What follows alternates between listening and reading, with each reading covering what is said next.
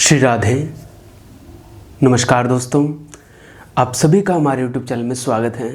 मैं विजेंद्र आज आपके लिए एक और नई बड़ी प्यारी कथा लेके आया हूँ। आज की कथा है भगवान श्री कृष्ण के एक मुस्लिम भगत की, जिसका नाम पड़ा मीर माधव। पढ़ने को मिली कहीं, बड़ा आनंद आया पढ़ के, सोचा आपको सुनाऊं। एक पंजाब के ब्राह्मण थे, रहते थे और गीत गोविंद के कुछ पद हैं अष्टपदियों के, उन्हें वो गाते हैं बड़े भाव से डूब कर। और जहाँ पर वो रहते थे उनके ऊपर एक मुगल रहता था, एक मुस्लिम भाई रहता था। अब जब वो पद गाते तो वो मुगल सीढ़ियों से उतरकर जाता था और पद सुनते सुनते 1-2 मिनट के लिए सीढ़ियों पर ही रुक जाता था।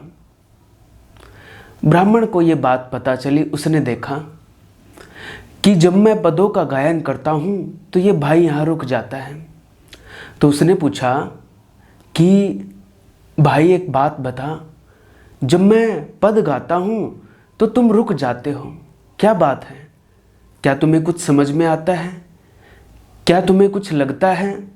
उसने कहा कि नहीं, मुझे न तो कुछ समझ में आता है न कुछ लगता है, लेकिन जिस तुम अपने खुदा के लिए जो पद गाते हो, श्री कृष्ण के लिए, वो पद मेरे दिल में बसते हैं।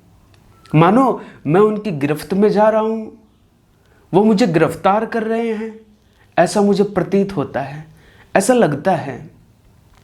तब उस ब्राह्मण ने कहा, एक काम करो भाई, मैं तुम्हें ये गीत गोविंद के पदों की ये पुस्तक दे देता हूँ, तुम ये पढ़ लेना और कुछ एक दिन में तुम्हें याद हो जाएंगे। उसने कहा ठीक है भाई।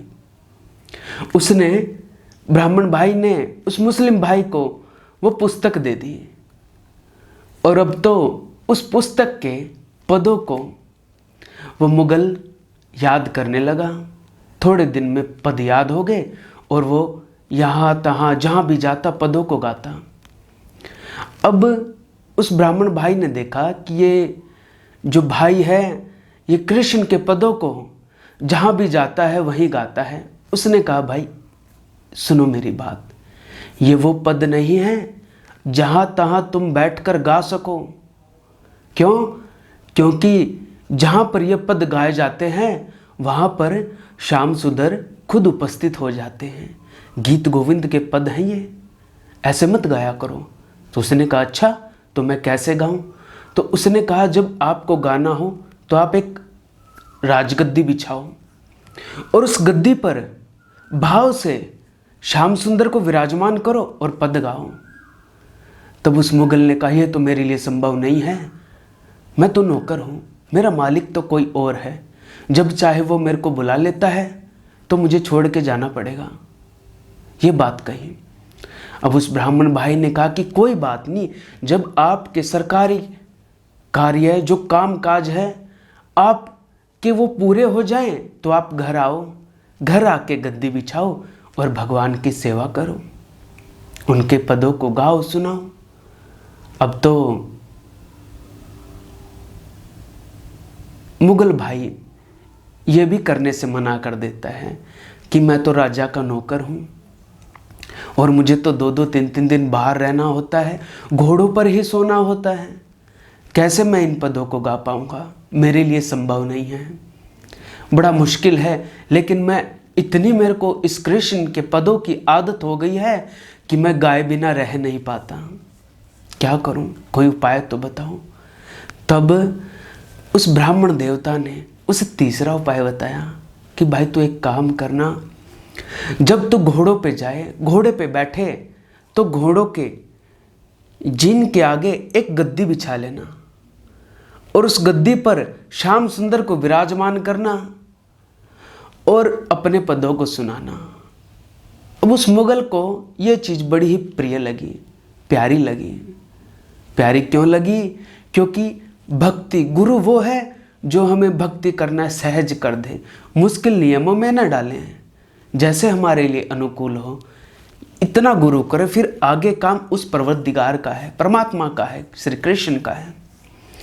अब तो वो मुगल एक गद्दी बिछाता और घोड़े पर जब जाता तो बड़े ही मधुर मधुर गीत गोविंद के पद गाता, बड़ा उसे रस आने लगा। एक बार की बात है, ऐसे ही राजा ने किसी अचानक से उस मुगल को बुला लिया और वो मुगल घोड़े पर बैठा है, लेकिन इतनी जल्दी में था आज गद्दी बिछाना ही भूल गया। श्री कृष्ण के लिए गद्दी नहीं बिछाई है, और जब गद्दी नहीं बिछाई घोड़े पर बैठकर जाने लगा तो आदत तो वही है, घोड़े पर जाते ही पदों को गाने की, पदों को गाना शुरू किया। अब रात्रि का समय है, जब पदों को, गीत गोविंद के पदों को गा रहा है तो पीछे से उसे घुंघरू की आवाज सुनाई दी, घुंघरू बज रहे हो जैसे।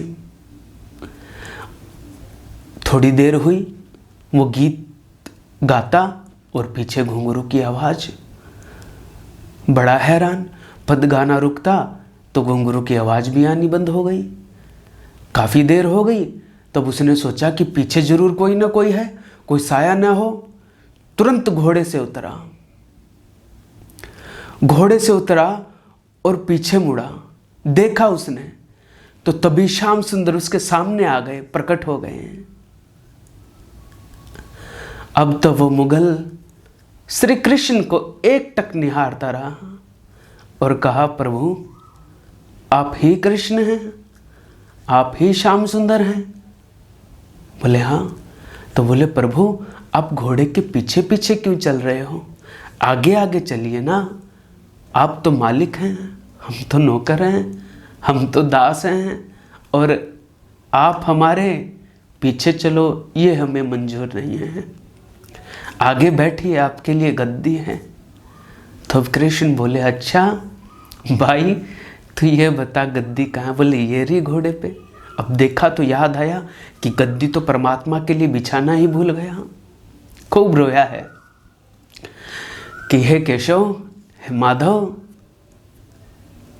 अपराध हो गया आज, मैं आपके लिए गद्दी बिछाना भूल गया, लेकिन पदों को मैंने गाया है। तो कृष्ण बोले, तूने पदों को गाया है मैं जानता हूं, इसलिए तो मैं नाचना नहीं भूला, इसलिए मैं नृत्य करता करता तेरे घोड़ों के पीछे पीछे आ रहा था। गद्दी होती तो आगे बैठ जाता, लेकिन आज मेरा नृत्य करने का मन हुआ। बड़े ही प्यारे पद हैं ये, और आज मैं तेरे पदों में झूमा हूं, नाचा हूं। इस तरह से जब उसे पता चला कि श्री कृष्ण कि आज मैं गद्दी बिछाना भूल गया, मुझसे अपराध हुआ, अगले ही दिन राजा के राज दरबार में गया, अपनी नौकरी से इस्तीफा दिया है। मुझे नहीं करनी तेरी नौकरी राजन, मुझे तो इस परम की नौकरी करनी है, उस ठाकुर की नौकरी करनी है। और तभी से कहते हैं वो इतना बड़ा कृष्ण भक्त हुआ, मीर माधव नाम उसका पड़ा, जिसका बड़ा ही कृष्ण प्रेम रहा है। बड़े सुंदर सुंदर पद, और ये बात सच भी है, भगवान जाति पाति ऊंच नीच भेदभाव ये बिल्कुल नहीं देखता है, केवल प्रेम देखता है। आपका कितना प्रेम है, फिर जिम्मेदारी उसकी है। तो इस तरह से इस मुस्लिम भक्त की कथा मुझे पढ़ने को मिली और मैं आपके लिए लेके आया। आगे भी भगवान श्री कृष्ण की कथा, कहानियाँ, किस्से, प्रसंग आप तक मिलाता रहूँगा। आज की कथा को यहीं विराम। आपको मेरा प्रणाम। जय श्री राम, जय जय श्री राधे।